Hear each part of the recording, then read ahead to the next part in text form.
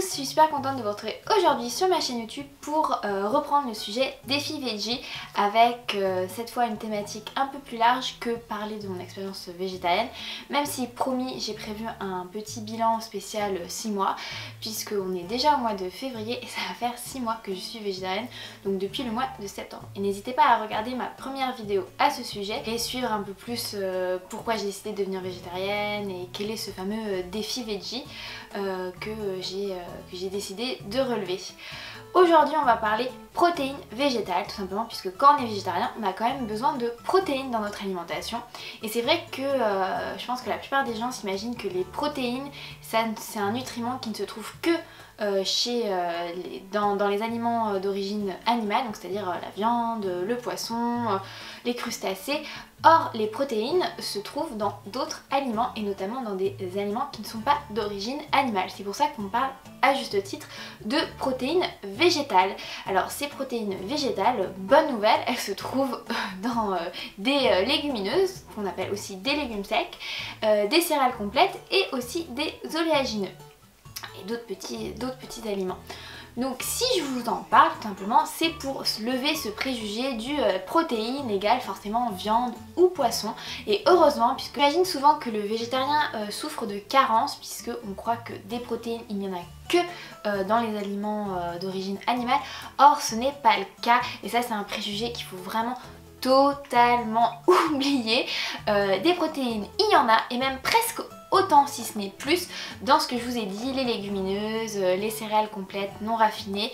Et ça c'est important de savoir, puisque certaines légumineuses sont même plus riches en protéines que votre steak chéri ou votre viande, et elles sont composées parfois jusqu'à 23% de protéines contre 20% en moyenne pour la viande et le poisson. Donc des fois en mangeant vos légumes, ces légumineuses, vous apportez même plus de protéines qu'en mangeant une cuisse de poulet. Donc ça c'est assez important de le savoir. En fait votre corps a besoin de nutriments, et ces nutriments se trouvent dans des aliments à plus ou moins grande échelle, et ça c'est intéressant de savoir que les aliments qui ne sont pas d'origine animale peuvent vous apporter plus de protéines que certains aliments qui sont d'origine animale. Et en fait, une fois qu'on sait ce que notre corps a besoin, donc je vous le dis, hein, des protéines, des glucides, des lipides et d'autres petits micronutriments, on va les chercher dans des aliments, et ces aliments sont plus ou moins composés de ces nutriments. Une fois qu'on sait ça, pour les protéines c'est pareil. On regarde la composition d'un légume, d'un aliment, et on va vite se rendre compte que certaines légumineuses sont effectivement plus riches que certains produits d'origine animale. Donc pour revenir, on trouve des protéines dans ces légumineuses, dans des produits, dans des céréales complètes. Des légumineuses, qu'est-ce que ça peut être par exemple? Alors là je vous parle des légumineuses, des légumes secs, donc peut-être que ça vous parle peut-être pas trop, mais des légumineuses par exemple c'est des pois chiches, des haricots, des lentilles, de toutes les sortes, du soja, du lupin. Franchement la liste est longue, et c'est pourquoi je vous ai fait un petit PDF que vous pouvez télécharger là-dessous avec toute la liste. Comme ça il suffit de l'imprimer et de la garder chez vous lorsque vous faites les courses ou vous préparez un repas.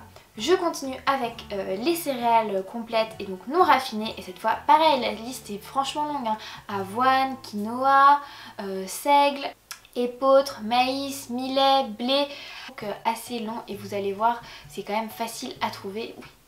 Ça va toi?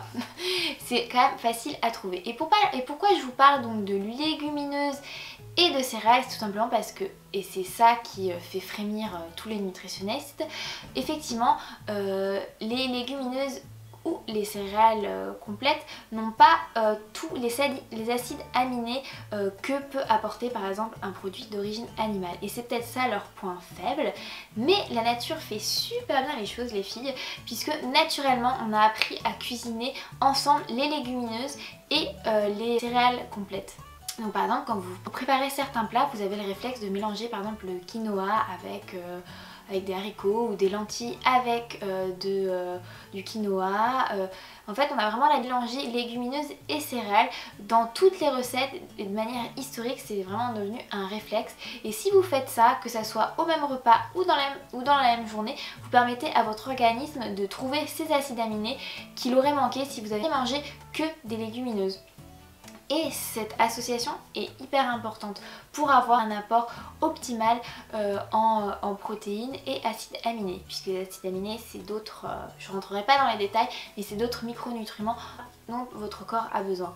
Une fois qu'on a compris qu'il faut faire cette association, et honnêtement je crois qu'on l'a fait toute spontanément, cette association légumineuse-céréales, on a un repas et une alimentation qui est hyper riche et variée. Donc totalement complète pour vous éviter de consommer des protéines d'origine animale. Donc on qualifie ces protéines souvent des protéines vertes puisque forcément c'est des légumes, c'est des céréales. Mais protéines vertes, protéines végétales, c'est exactement la même chose. C'est en fait des aliments qui sont riches en nutriments, donc des protéines, mais qui ne sont pas d'origine animale. Cela étant dit, quand vous êtes végétarien, vous pouvez toujours consommer en d'autres sources de protéines des œufs et des produits laitiers, puisque eux aussi sont très riches en protéines.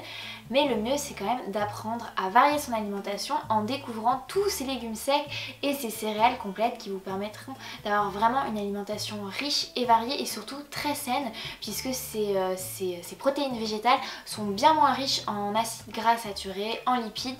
Donc vous allez voir, c'est tant mieux. Et tant mieux aussi pour votre porte-monnaie puisque c'est quand même beaucoup moins cher. Franchement, on me disait souvent oui, ah non mais le végétarien, le régime végétarien ça coûte super cher, je sais pas comment vous faites. Alors franchement pas du tout. La viande et le poisson, je pense que ça coûte beaucoup plus cher qu'un pot de pois chiche et 100 grammes ou 500 grammes pardon, de quinoa. Ça coûte bien moins cher ça que à s'acheter sa viande, et donc je crois vraiment que c'est vraiment un régime bien plus économique qu'on peut se l'imaginer, et surtout vous réduirez votre empreinte environnementale, puisqu'il faut quand même savoir que produire des aliments d'origine animale, c'est quand même un impact sur l'environnement assez important. Donc je dis pas que vous devez devenir végétarien, par contre je pense que réduire sa consommation de viande en variant son alimentation et en allant chercher des protéines dans d'autres aliments que ceux d'origine animale, c'est déjà super bien, et c'est vraiment un pas en avant pour varier votre alimentation et réduire sa consommation de viande et de poisson, puisqu'il faut savoir qu'en tous les cas, actuellement on consomme beaucoup trop de viande et de poisson, qu'on en a vraiment besoin. Alors si on revient finalement un peu en arrière dans l'histoire, on consommait beaucoup plus ces légumes secs et ces céréales complètes que la viande et le poisson, qui restaient finalement quand même des plats un peu d'exception. Et tant mieux, puisque actuellement je crois pas qu'on ait autant besoin de manger de viande et de poisson. Voilà, donc je pense que vous allez avoir bien expliqué ce concept de protéines d'origine végétale. Je vous rappelle de bien télécharger, si vous le souhaitez, cette petite liste d'aliments pour vous inspirer, pour créer vos propres recettes totalement végétariennes mais riches en protéines, hein, ça c'est hyper important, puisque vous le voyez, moi je suis sportive, j'ai d'autant plus besoin de protéines parce que je fais beaucoup de sport, et je ne suis pas du tout en carence en suivant un régime végétarien. Il suffit juste vraiment d'apprendre à varier son alimentation et à comprendre tous les nutriments dont son corps a besoin et qui composent finalement ces aliments qu'on achète et qu'on cuisine. Voilà, j'espère que cette vidéo vous aura plu, que tout était à peu près clair. N'hésitez pas à relire mon article sur mon blog où je reparle exactement du même sujet, mais peut-être un tout petit peu plus d'informations, je sais pas, je pense que j'ai essayé d'être claire sur les deux supports. Mettez un pouce si cette vidéo vous a plu et n'hésitez pas à vous abonner à ma chaîne YouTube et à me suivre sur Instagram, je vous mets tous les liens en barre d'infos. Allez, à très vite!